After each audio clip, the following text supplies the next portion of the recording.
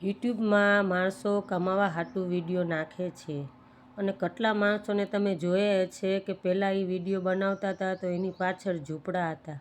આજે 3-3 માળની બિલ્ડિંગો બની ગઈ, મોટરોમાં ફરે છે.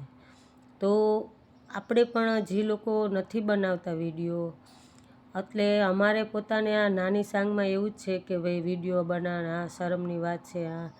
પણ આ એક જાતની નોકરી છે અને ઘર બેઠા તમે કોઈ પણ વસ્તુ, કોઈ ડિઝાઇન બનાવતા આવડતું હોય, તોરણ બનાવતા આવડતું હોય, કોઈ પણ વસ્તુ તમે સિલાઈ કામ કરો હો કે ગમે તમને જે ફાવતું હોય એવા વિડીયો બનાવી અને તમે આમાં મૂકી શકો. તમારે ક્યાંય જવું ના પડે અને બધા આગળ આવે, બધાય 2 પૈસા કમાય. એક દી એવો સમય આવશે કે માણસ છોકરી જોવા જાહે ને તો એ લોકો પૂછશે કે ભાઈ યુટ્યુબમાંથી તમારો છોકરો કેટલું કમાય છે. એવો સમય આવી જાહે. આ એક જાતની નોકરી જ છે, આ કોઈ શરમની વાત નથી. તો તમે બધા આમાં વિડીયો બનાવી મૂકો. તમારા ઘરનું કેટલું આમ થઈ જાહે કે આપણે જાતા હોય કામે, જે ગરીબ માણસો મજૂરી કરે છે એને ખબર જ છે ઘરનું કેમ પૂરું થાય છે. તો તમે ખુદ બધા બનાવી શકો વિડીયો અને બનાવો.